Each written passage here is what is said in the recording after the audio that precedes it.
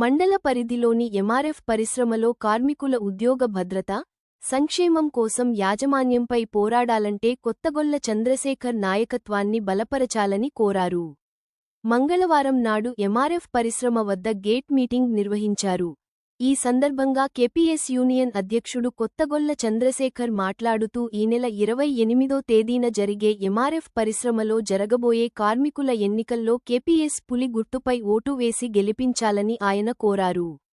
పరిశ్రమలో యాజమాన్యంపై నికరంగా, నీతిగా నిజాయితీగా పోరాడే ఏకైక సంఘం కేపీఎస్ అని ఆయన అన్నారు. పరిశ్రమలో బీఎంఎస్, సిఐటియు సంఘాలు కార్మికులను భయభ్రాంతులకు గురిచేస్తూ వారికి చేసింది ఏమీ లేదు అన్నారు. ఏ రోజు కూడా ఈ సంఘాలు యజమానియంపై పోరాడిన చరిత్ర లేదు అని తెలిపారు. పరిశ్రమలో ఇప్పటివరకు వివిధ యూనియన్ సంఘాలు అనేక రకాల వ్యక్తులు గెలిచినా కార్మికుల జీవితాలు ఎందుకు మారలేదో పరిశీలించుకోవాలన్నారు. ఈ ఎన్నికలు కార్మికుల జీవితాలను మార్చే ఎన్నికలని ఆలోచించి ఓటు వేయాలని కోరారు. మీ తోటి ఉద్యోగి నైనా తనను గెలిపిస్తే కార్మికులకు ఉద్యోగ భద్రత కల్పిస్తామని అన్నారు. కార్మికులకు ఎలాంటి పని ఒత్తిడి లేకుండా చూడడం, కార్మికులపై యాజమాన్యం వేధింపులను అరికట్టడం కేపీఎస్తోనే సాధ్యమని అన్నారు. 24 గంటలు స్థానికంగా అందుబాటులో ఉండే నాయకుడు కొత్తగొల్ల చంద్రశేఖర్ అని అన్నారు. ఈ కార్యక్రమంలో ఏటీయూసీ జిల్లా అధ్యక్షుడు నీరుడి సాయిలు, జిల్లా కార్యదర్శి బోయిని ప్రసాద్, నాయకులు, గాయకుడు ఏపూరి సోమన్న, యువజన సంఘాల రాష్ట్ర అధ్యక్షుడు కూన వేణు, కేపీఎస్ యూనియన్ సభ్యులు, కార్మికులు పాల్గొన్నారు. వర్గం ఓట్లున్నాయా లేవా అనేది కేపీఆర్ డిసిషన్ చేసుకున్నాము.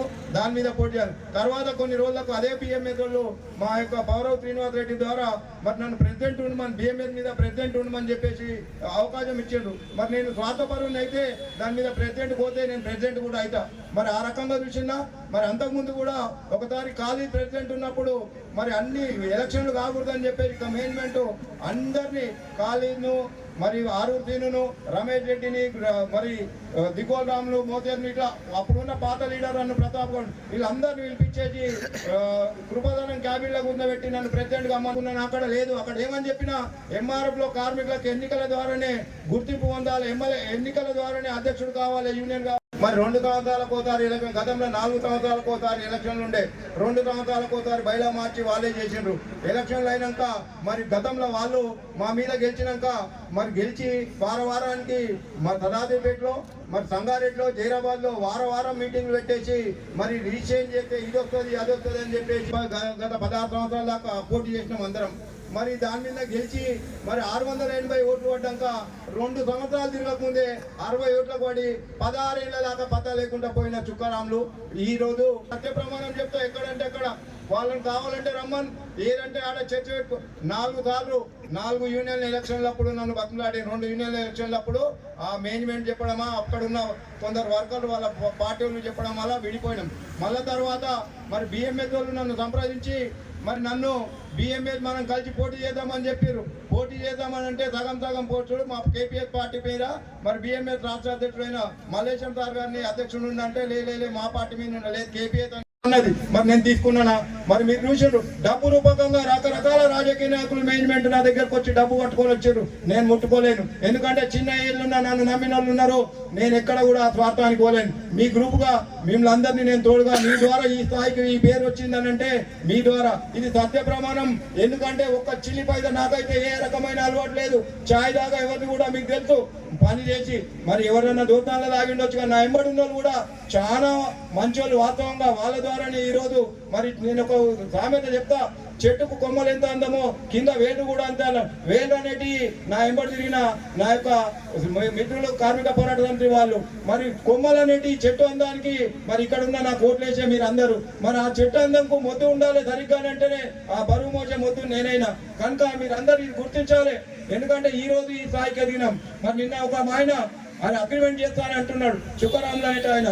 మరి ఆయన ఏమంటుండు, నేను అగ్రిమెంట్ చేస్తా. గతంలో 2007లో గెలిచినప్పుడు మళ్ళా పోటీ చేసినప్పుడు అగ్రిమెంట్ చేస్తాను. ఆ రోజు చెప్పలేవు, ఇదే చట్టం చెప్పలేవు, అప్పుడు చెప్పలేవు, పారిపోయినావు.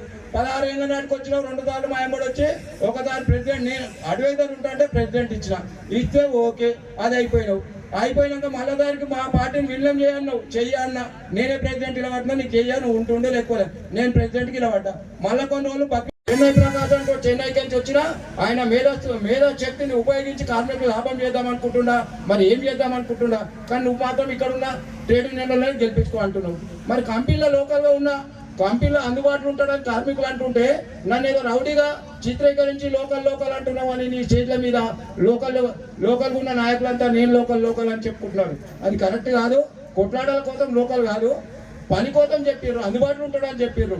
మరి నేను ఇంకా ముఖ్యంగా చెప్తున్నా అగ్రిమెంట్ విషయంలో ఏదైతే అగ్రిమెంట్ వస్తుందని అంటే నేను 2 నెలలు కాదు 3 నెలలు ముందు రాజీనామా చేసి అగ్రిమెంట్ కు సహకరిస్తా. మళ్ళీ ఎలక్షన్లు ఇదే జగ్గారెడ్డి సార్ ద్వారా లేబర్ డిపార్ట్మెంట్ మీద ఒత్తిడి చేసి అయినా సరే మనం 3 నెలల ముందు అయినా సరే 2 నెలలు కాదు 3 నెలల ముందు అయినా సరే రాజీనామా చేసి ఎలక్షన్ తీసుకొస్తా. డేట్ పోకుండా మనము అగ్రిమెంట్ కొట్లాడాలని చెప్పేసి మనం అనుకుంటున్నాం. అదే రకంగా మరి డీజీఎల్ గారు చెప్పిండ్రు ఇదే యూనియన్లు అన్ని ఉన్నాయి, కావాలంటే అడగండి. అన్ని యూనియన్లు మొన్న పోయినప్పుడు 15 తారీఖు నాడు పోతే మరి ఎలక్షన్లు ఎట్లయితాయా, ఎలక్షన్ ఆపాలని ప్రయత్నం చేసింది ఇదే సిఐటి యూనియన్. ఇంకా 2 నెలలు ఆపమని చెప్పేసి బతిమలాడింది 14 తారీఖు నాడు పోయి. ఆయన ఆపలేడు. ఎందుకనంటే ఆపి వర్కర్లను మోసం చేద్దాం, ఇప్పటికే 2 నెలలు జరిగింది, ఇంకా జరిపి మేనేజ్మెంట్కి లాభం చేద్దామని చెప్పేసి సరే ఆ రకంగా చేసి వాళ్ళు ఆ రకంగా అడుగుతున్నారు. మరి అదే రకంగా సర్టిఫికెట్లు పొందడానికి సేఫ్టీని అయితే సర్వనాశనం కుట్లు పడ్డా కానీ ఇప్పటికి ఒక బ్యాండ్ బార్ లో ఒక కార్మికులు థర్డ్ ప్లాంట్ లో సెకండ్ ప్లాంట్ ఏదైతే బ్యాండ్ బార్లు ఉన్నాడో 3 కుట్లు పడ్డా కానీ రమ్మని చెప్తున్నది. అసలు సిగ్గుందారా? మా ఇన్సూరెన్స్ ఎందుకు కడుతున్నారా మీరు? మా ఈఎస్ఐలు ఎందుకు కడుతున్నారా? మా కార్మికులకు మీ ఇంట్లో పెట్టుకుంటున్నారా? మీకు ఎందుకు అనొద్దురా? సిగ్గుందా అని అడుగుతున్నా మేనేజ్మెంట్ కు. మా కార్మికులకు ఇన్సూరెన్స్ రాకుండా మా కుటుంబాలను సర్వనాశనం చేసుకుంటా నీ డ్యూటీ నీ సర్టిఫికెట్ కోసం చేస్తావా? ఈ రకంగా చేయడము. మరి నాన్ లోకల్ అంటున్నావు, వాస్తవంగా నా లోకల్ కార్మికులకే ఉద్యోగాలు ఇవ్వాలంటున్నా. భూమి మాది, నీళ్లు మాయి, కరెంటు మాయి, మా ట్రాన్స్పోర్ట్ ఇక్కడికి మా భూమిలో మీకు వెళ్ళిపోతున్నాయి. మా స్థానికులకే ఉద్యోగాలు ఇవ్వాలి నువ్వు అని నేను అంటున్నా. ఇది లోకల్ అని అంటున్నా. ఎందుకంటున్నా అంటే అప్రెంటిస్ వాళ్ళు వివిధ రాష్ట్రాల